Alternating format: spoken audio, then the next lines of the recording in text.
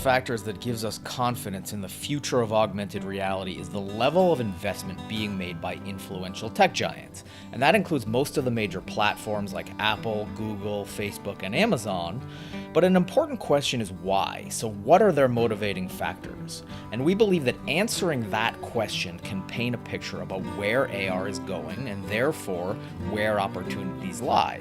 So we set out for answers by examining each of these players' AR initiatives and driving factors in the latest Artillery Intelligence briefing.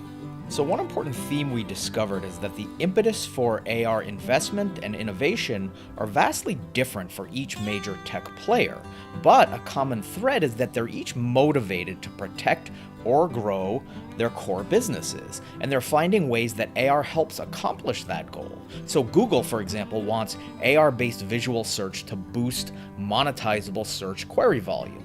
So far, that manifests in Google Lens, which lets users point their phones at items to get information or even purchase similar items. And in that way, it's a natural extension of search, but it uses the camera instead of keywords. And importantly, it's conducive to high-intent monetizable moments when users are out looking for items like cars or homes or style items or a place to eat dinner. And then meanwhile, Google's VPS utilizes similar computer vision to assist shoppers in retail environments with navigational overlays and product information. Again, highly commercial and monetizable. Moving on to Apple, it wants to make iPhones, where it makes most of its money, more attractive through AR apps and features. It also has the potential for App Store revenue from AR premium apps and in-app purchases like Pokemon Go.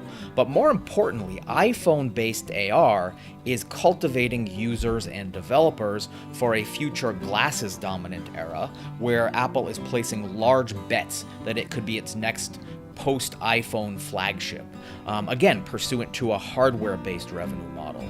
So it knows it has a few years to sell the world on AR, including wowing consumers and training developers to get their native footing with compelling AR experiences with ARKit.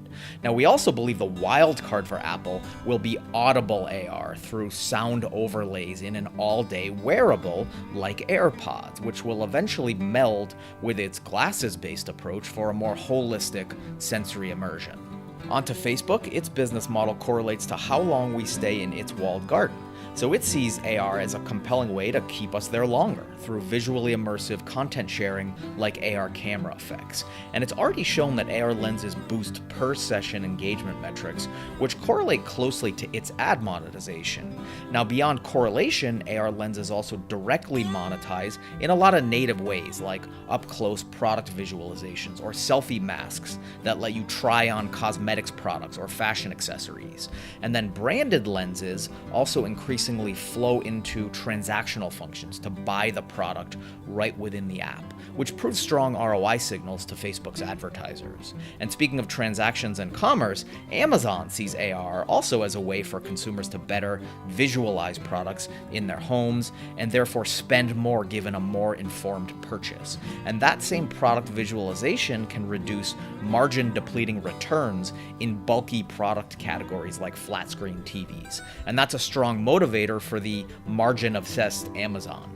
So that just scratches the surface, and more can be seen in our full report, including deep dives on Microsoft and Magic Leap, Snapchat, Niantic, and others. But meanwhile, you may be asking, why is this important to discern tech giants' motivating factors for AR investment?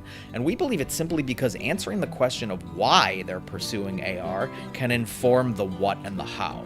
In other words, knowing their motivations and directions can help XR startups and investors align their strategies and product roadmaps to better anticipate where the puck is going.